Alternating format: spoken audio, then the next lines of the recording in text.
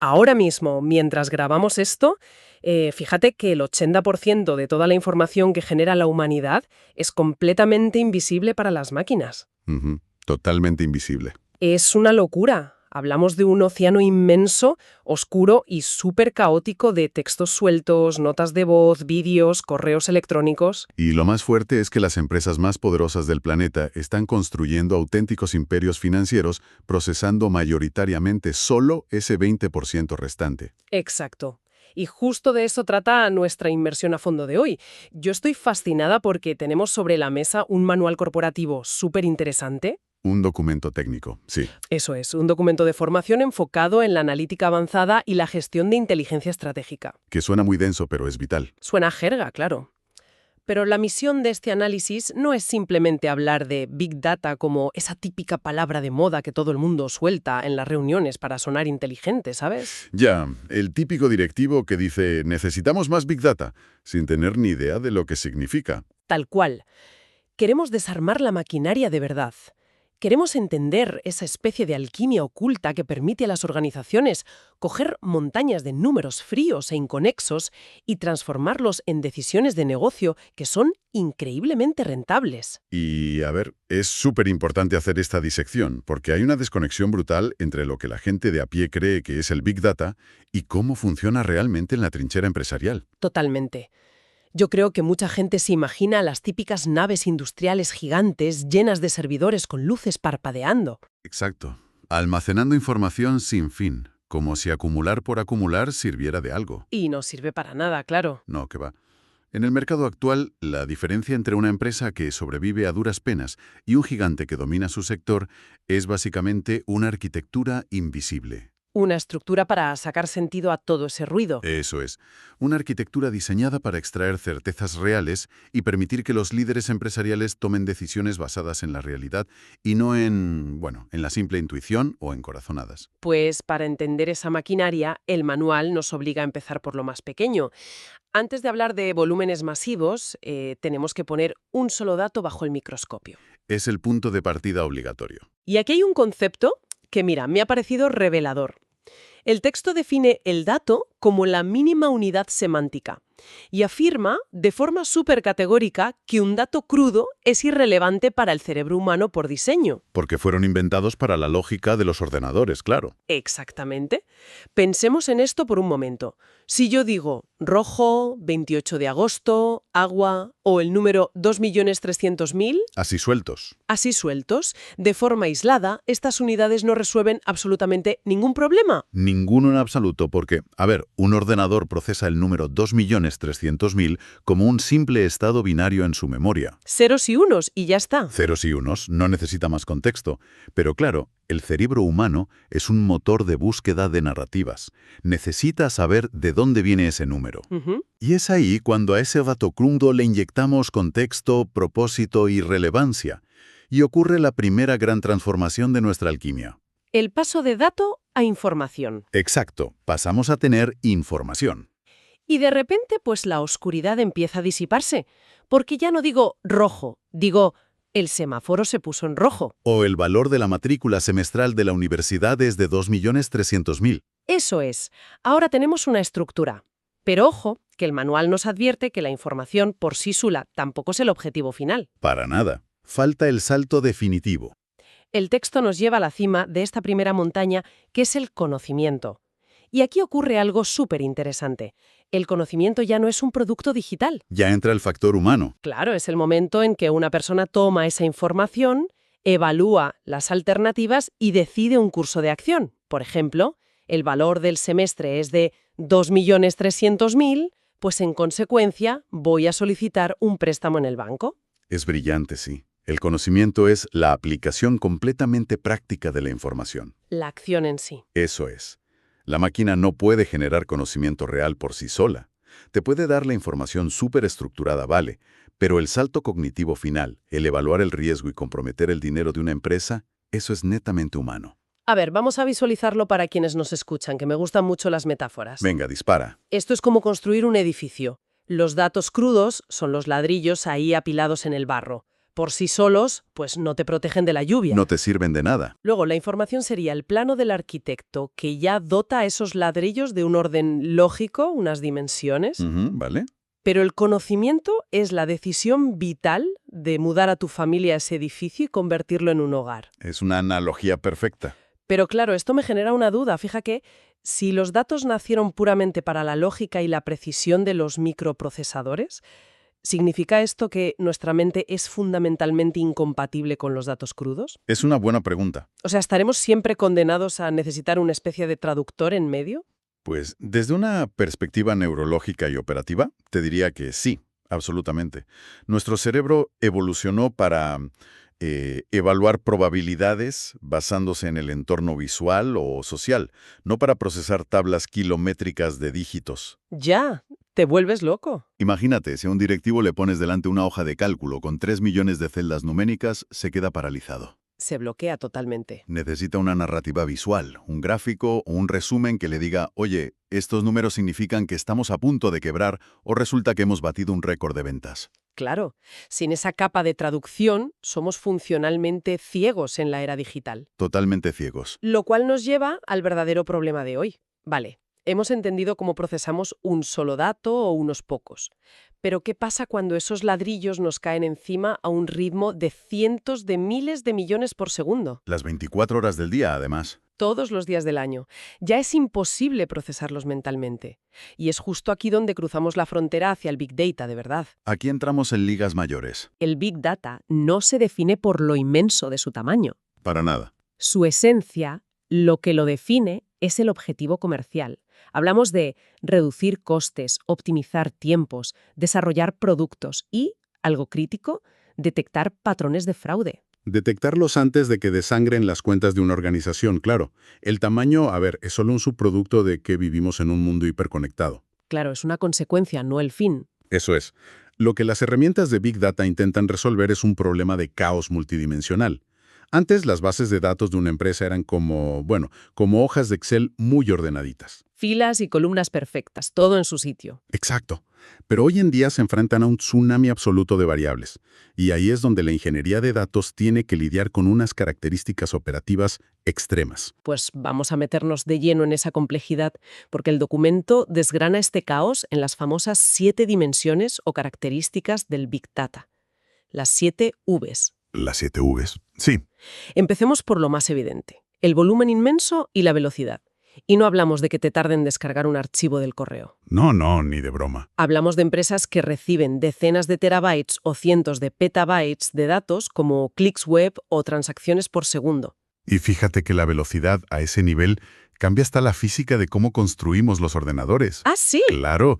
Cuando los datos llegan a ese ritmo tan frenético, no tienes tiempo material para que una aguja mecánica escriba la información en un disco duro de los de toda la vida. Claro, el disco duro tradicional va súper lento para esto. Se quedaría colgado al instante.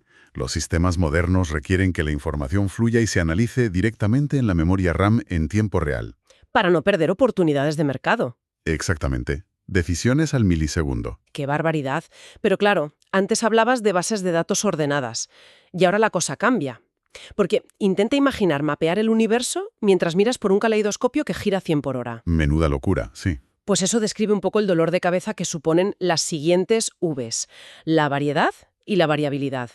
Ya no guardamos solo textos simples o números. Ahora guardamos de todo. Los sistemas tienen que tragarse formatos de vídeo, registros de audio de llamadas, código HTML roto y variables que cambian de forma impredecible. Y ese es el verdadero desafío técnico a día de hoy.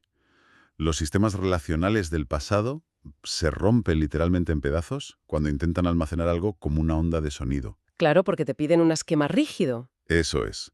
El Big Data exige arquitecturas que sean líquidas, que puedan absorber toda esta variedad sin colapsar. Vale, pero espera, me detengo ahí.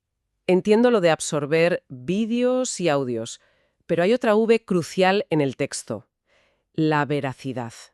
Y aquí te lanzo un reto. A ver. Si estos sistemas actúan como una aspiradora gigante, chupando opiniones de Twitter, clics falsos y lecturas de sensores que a lo mejor están rotos, ¿no es precisamente la veracidad el gran talón de Aquiles de esta tecnología? Bueno, has tocado la arteria principal del problema, la verdad. Porque, ¿cómo demonios garantizas que no estás basando tu estrategia de negocio millonaria en datos que son pura basura? Pues es que la veracidad no es algo que venga de fábrica. Es un objetivo por el que los ingenieros tienen que pelear a diario. ¿Tienen que sudarlo? Ya te digo, absorber terabytes de información de redes sociales introduce un nivel de ruido estadístico monumental. ¿Muchísima basura? Claro, si un algoritmo asume que, no sé, todos los comentarios de una red social son literales y ciertos, la estrategia se hunde en 2 días. Porque la gente usa sarcasmo, ironía... Exacto, o hay miles de bots. Por eso existen capas enteras de procesamiento dedicadas solo a discernir la realidad de la mera estimación, filtrando todo ese sarcasmo o los fallos de hardware. Porque si no filtras ese ruido, llegamos a las últimas V, el valor y la visualización. Todo este trabajo faraónico solo sirve si extraes una utilidad real, ¿verdad? Y si luego la puedes hacer comprensible mediante gráficos para un humano. El manual cita ejemplos flipantes de esto. Analizar millones de búsquedas en Google para predecir brotes de gripe semanas antes de que los hospitales se colapsen. O redirigir el tráfico de una ciudad usando los GPS de los móviles. En tiempo real. Es alucinante. Pero claro, tener el almacén de datos más grande del mundo, aunque sea súper veraz y rapidísimo, es inútil si está a oscuras. Tienes todas las respuestas guardadas, pero no sabes ni qué preguntar. Es como tener una biblioteca colosal, pero las luces están apagadas y encima no hay bibliotecario. A ver quién encuentra ahí algo. Claro, ¿cómo encuentras el maldito libro que necesitas para salvar a la empresa este trimestre? Pues el manual responde a esto introduciendo la analítica de datos. La linterna para esa biblioteca. Eso es. Y ojo, que el texto insiste en que esto no es solo comprar una licencia de un software carísimo, es transformar toda la cultura de la empresa. Sentar en la misma mesa a los ingenieros de sistemas con los líderes de negocio. Exacto, un modelo colaborativo. Y para iluminar la biblioteca, el documento propone usar 4 prismas analíticos distintos. 4 niveles. Que la mejor forma de entender estos 4 niveles es verlos como una progresión. Empezamos reduciendo la incertidumbre mirando al pasado inmediato y terminamos casi intentando predecir el futuro. Pues si te parece, voy a usar una analogía de coches para nuestra audiencia, para que se vea súper gráfico. Venga, perfecto. Imaginemos que dirigir una empresa es como conducir un coche por una carretera desconocida en plena noche. El primer nivel, el análisis descriptivo, es básicamente mirar por el espejo retrovisor. Ver por dónde acabas de pasar. Exacto. Coge los datos históricos para decir cuál es la situación presente. Es básico, pero oye, es vital para no estrellarte ahora mismo. Claro. Pero luego, si notas que el motor hace un ruido raro y pierde potencia, ya no te basta con mirar el retrovisor. Te tienes que parar. Te paras, abres el capó y tienes que entender la mecánica del fallo. Ese es el análisis diagnóstico. ¿Buscar el porqué de las cosas? Eso es. Este prisma coge los históricos y busca correlaciones. Responde al porqué. Permite a los directivos ajustar estrategias entendiendo las causas profundas de por qué una campaña fracasó o fue un éxito. Vale, pero claro, mirar atrás o mirar el motor no te dice si hay una curva peligrosa 1 kilómetro más adelante. Ahí ya necesitas predecir. Y ahí entra la magia del análisis predictivo, el territorio puro de los científicos de datos. Siguiendo en el coche, esto sería como mirar el pronóstico del tiempo avanzado para saber, con un 85% de probabilidad, que va a llover a cántaros en la ruta. La máquina busca patrones ocultos en el comportamiento pasado de los clientes para, intentar adivinar cómo van a actuar. Y finalmente llegamos a la joya de la corona, el análisis prescriptivo. Este ya es otro nivel. La máquina no solo pronostica la tormenta, es el GPS más avanzado que te puedas imaginar. Calcula al instante cientos de rutas alternativas, simula el tráfico, la gasolina y te dice activamente, oye, toma la siguiente salida a la derecha. Te da la receta del éxito. En una empresa esto es presentar las consecuencias matemáticas de cada acción para elegir el mejor camino financiero. Pero claro, aquí me salta una duda existencial sobre el liderazgo humano. A ver. Si el análisis prescriptivo te calcula todo y te dice el camino exacto para ganar más dinero, ¿estamos llegando a un punto en el que los directivos humanos son un adorno que solo pulsan el botón de aceptar? Es una tentación enorme pensarlo, ¿eh? Creer que la tecnología nos va a quitar toda la responsabilidad. Pero no es así, ni de broma. Menos mal. Hay que recordar que los algoritmos, por muy listos que parezcan, son máquinas de optimización matemática ciegas. ¿Buscan un número o ya? Exacto. Un algoritmo te puede decir que la ruta más rentable ahora mismo es despedir al 15% de la plantilla o usar plástico barato, pero no tiene ni idea del daño reputacional a la marca. O de los problemas legales que te van a caer el año que viene. Eso es. La máquina prescribe opciones basadas en probabilidad, pero el ser humano define los valores del negocio, asume el riesgo y al final es quien da la cara si todo se hunde. Me encanta esa distinción.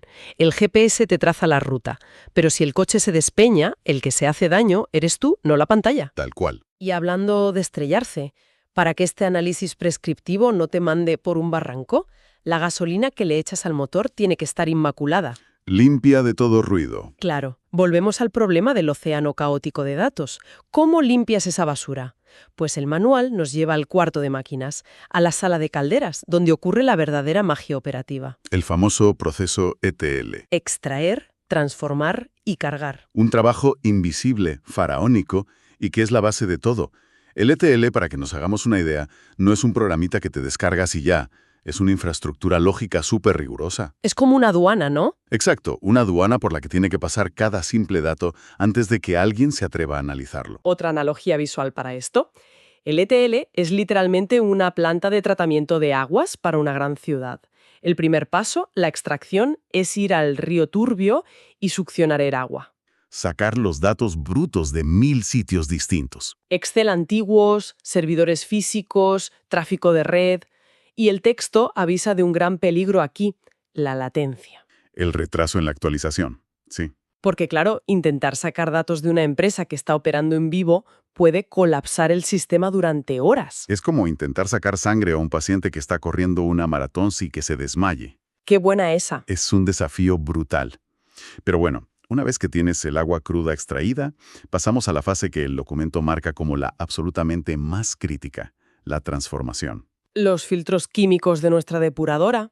Porque si bebes el agua cruda directamente, Te pones malísimo, enfermas. Claro, el manual detalla cómo esta transformación aplica reglas de negocio a rajatabla mediante 4 pasos. Y fíjate, la normalización parece una tontería, pero es vital. no es ningún formalismo, ¿eh? La normalización salva empresas. Porque se rompen los sistemas, ¿sí no? Pues imagínate que la filial de Nueva York registra las fechas como mes, día y año. Típico formato americano. Eso es. Y la central en Madrid lo registra como día, mes y año. Si el sistema no normaliza eso sobre la marcha, un informe te mezcla las ventas de enero con las de noviembre. Y te destroza la predicción de todo el año. Te la hunde. O si en un sitio escriben calle y en otro ponen C barra. La máquina necesita hablar un idioma 100% unificado. Luego vienen filtros mucho más agresivos como la eliminación de duplicados y la verificación. Que suena fácil, pero piensa en esto. ¿Cómo sabe la máquina que el J. García que compró ayer en la web es el mismo Juan García que llamó cabreadísimo al servicio técnico esta mañana? El sistema tiene que cruzar datos, detectar si es la misma persona, fusionar los historiales, o decidir si es un fraude y son personas distintas. Es un trabajo de detective. Y luego ya la clasificación para ordenar todo en cajones lógicos. Y todo esto, toda esta locura, ocurre en milisegundos y en la sombra. Y por fin, cuando el agua ya está purificada y cristalina, llegamos al último paso, la carga. Inyectar esos datos ya perfectos en el gran almacén central, el Data Warehouse. Y se requiere un control de errores que roza la paranoia. Pues aquí quiero pinchar un poco, a ver qué opinas. El texto repite que la transformación es lo más delicado. Sin duda. ¿Qué pasa en la vida real si una multinacional se gasta millones en esta infraestructura, pero configuran mal sus reglas de normalización? Si la aduana de los datos se vuelve laxa, Ay mía, pues es un drama. generan lo que podríamos llamar conocimiento tóxico. Totalmente tóxico. Y es el mayor terror de cualquier científico de datos. Fíjate, si un servidor explota o se apaga la red, vale, tienes un problema gordo, pero nadie va a tomar decisiones financieras en ese momento. Claro, el sistema está caído, todos quietos. Pero si lo que falla es la transformación de forma silenciosa, si el sistema empieza a inyectar información corrupta en el almacén central, el sistema no te avisa. Sigue funcionando como si nada. Las pantallas siguen encendidas, los gráficos se actualizan preciosos, y el análisis prescriptivo te recomienda hacer inversiones millonarias con una seguridad absoluta. Y genera una falsa sensación de confianza ciega. Los directivos ven el gráfico ahí súper bonito y se tiran por un precipicio súper convencidos. Y el daño es insidioso porque cuando te das cuenta de que el almacén está vacío en plena campaña de Navidad por un fallo de divisas de hace 6 meses, Ya estás en la bancarrota. el agujero es irreparable, sí. Por eso el ETL hay que vigilarlo de forma obsesiva, no es instalarlo y olvidarte. Es alucinante ver cómo encajan todas las piezas ahora. Hemos empezado hoy entendiendo cómo la menta transforma un dato en bruto en una decisión. Ujú. Vimos cómo lidiar con el colosal volumen y la variedad del Big Data. Repasamos los 4 niveles de analítica y por fin descubrimos el rigor absoluto del proceso ETL. Porque sin ese rigor, todo lo demás es una ilusión estadística peligrosísima. Es un ecosistema técnico fascinante, de verdad. Ingeniería, matemáticas y estrategia pura. Todo trabajando en la sombra para moldear los precios que pagamos y los productos que compramos todos los días. Pues para cerrar, quiero volver a esa estadística tan abrumadora con la que arrancamos hoy. Dijimos que solo el 20% de la información global está estructurada y limpia. Solo una quinta parte, sí. Eso significa que todos estos milagros estratégicos, predecir pandemias, optimizar ciudades y crear imperios comerciales, se basan en procesar un pequeño porcentaje de la realidad. Es que el otro 80% sigue siendo un terreno súper salvaje. Audios, emociones, vídeos sueltos que las máquinas aún no entienden bien del todo. Exacto. Así que la reflexión que queremos dejar flotando hoy para nuestra audiencia es esta. Si ya hemos transformado la economía mundial dominando solo ese 20% limpio, ¿qué le espera a la sociedad y a los negocios el día en que esta tecnología logre estructurar y comprender perfectamente el 80% restante que hoy está en la sombra? Da un poco de vértigo pensarlo, la verdad. Bastante. Sigan observando el horizonte de los datos.